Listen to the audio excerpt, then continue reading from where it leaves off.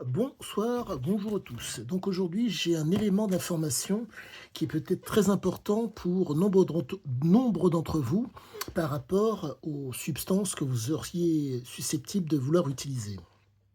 Chose importante, mais les informations, voire, si je puis dire, les éléments d'instruction que je suis en train d'acquérir et que je vous partage, ne sont pas, comment dire, simplement de mon fait. J'ai un vécu, certes, je ne me suis pas initié à la drogue, je ne me suis pas initié à à la manipulation, quoique ça a dû m'arriver, je pense, comme tout à chacun, à induire les gens volontairement en erreur et à être dans le mensonge. L'objectif est de vous donner aujourd'hui quelque chose de proprement exceptionnel pour que vous ayez des éléments de compréhension, si je puis dire, génétiques qui vont vous permettre de découvrir et de comprendre ce qui vous fait face. Donc, actuellement, je suis intéressé à l'épigénétique. L'épigénétique, c'est ce qui précède la génétique. Donc, je vais vous donner des éléments que je vais vulgariser au maximum pour que, quel que soit votre niveau, vous soyez en mesure de comprendre. Les génétiques, la génétique, pardonnez-moi, c'est le matériau. L'épigénétique, c'est lorsque vos parents, entre autres, mais pas que, car il y a aussi vos ancêtres qui ont légué un patrimoine génétique à vos parents, font qu'il y a transmission et ainsi que transit. J'explique. Vous avez des gènes qui vont s'exprimer et des gènes qui vont être latentes. Donc, d'un côté, vous avez, si je puis dire, l'inné, les gènes, entre guillemets, parentaux, qui font que vous avez une certaine couleur de peau, forme de nez, j'en passe et j'en passe, euh, un fonctionnement, entre guillemets, physiologique, si je puis dire, adéquat pour la survie ou pour la vie, qui vous a été transmis. Ce patrimoine génétique, pour la vie ou la survie, s'active en fonction de comportements et en fonction d'un environnement. En un mot, la nourriture adéquate va faire en sorte que vous n'avez pas besoin d'être dans la survie. Pour que le propos soit d'autant plus visuel, il y a une abondance de nourriture autour de vous. Vous pouvez manger sans pour autant semer, récolter pour pouvoir consommer. Vous allez être physiologiquement agencé d'une certaine façon, qui fait que euh, mentalement, ça va jouer. Exemple, euh, les Européens, généralement, sont dans des pays où il y a 4 saisons, printemps, été, automne et hiver.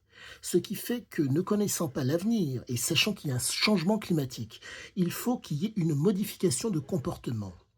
Cette modification de comportement amène un stress. Vous ne savez pas de quoi est fait demain, donc vous devez anticiper. Ce qui fait que vous devez avoir certains réflexes pour la survie et pour permettre la vie. La survie est, si je puis dire, une inconnue. Vous ne savez pas de quoi sera fait demain. Donc, mais la vie, pour qu'elle puisse continuer, il faut, vaille que vaille, qu'il y ait les éléments nécessaires qui sont la nourriture, la boisson et le fait de dormir, ainsi que le fait d'avoir une libido pour pouvoir faire en sorte qu'il y ait transmission de gènes.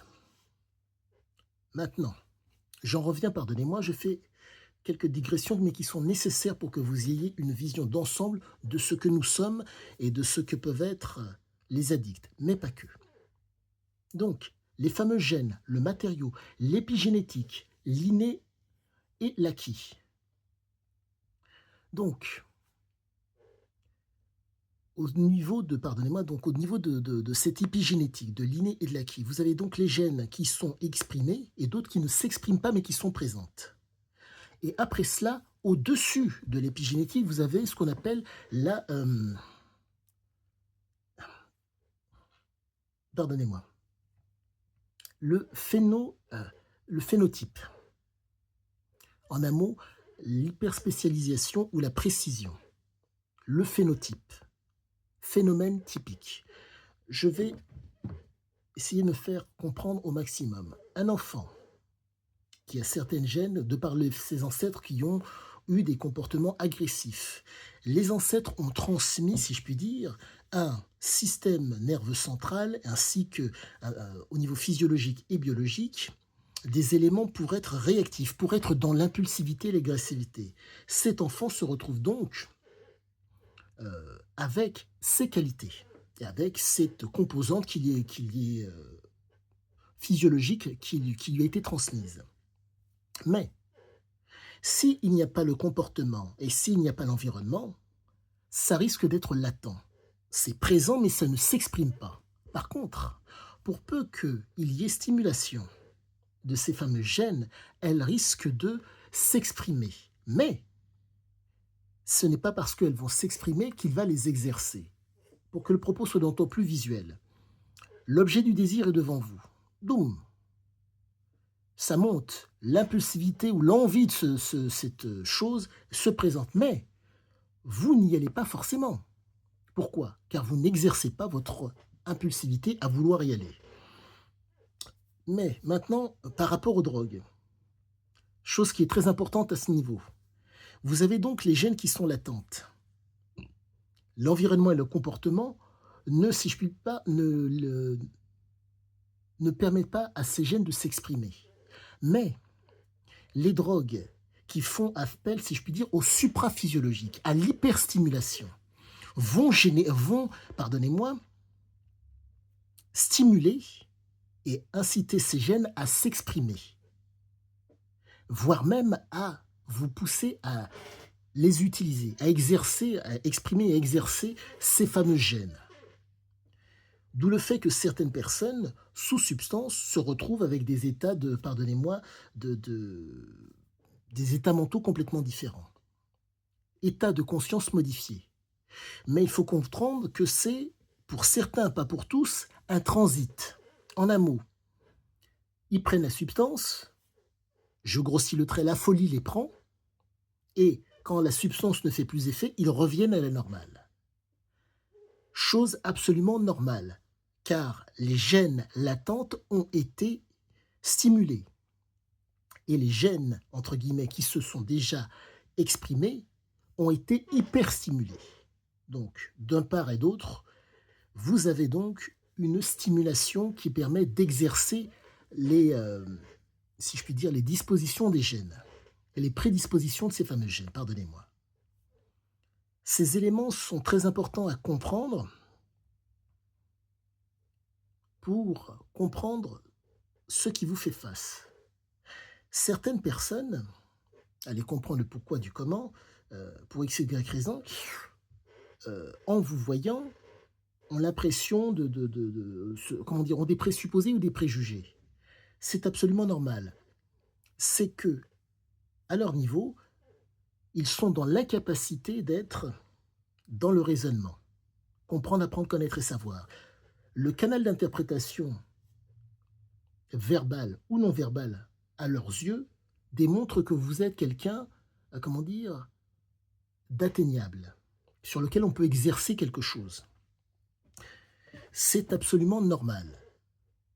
Ce n'est pas de leur fait, c'est le fait, entre guillemets, de leur éducation, entre autres, mais pas que. Cette éducation fait que les fameuses gènes chez eux s'expriment. Et voire ils veulent les exercer.